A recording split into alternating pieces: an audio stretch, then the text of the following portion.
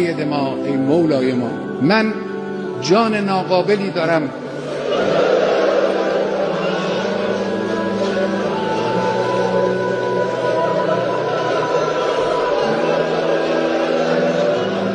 جسم ناقصی دارم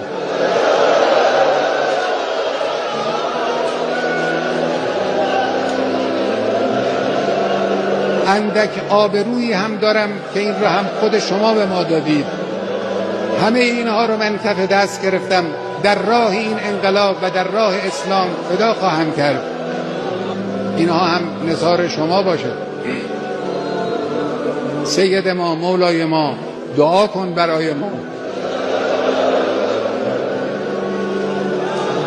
صاحب ما تویی، صاحب این کشور تویی، صاحب این انقلاب تویی.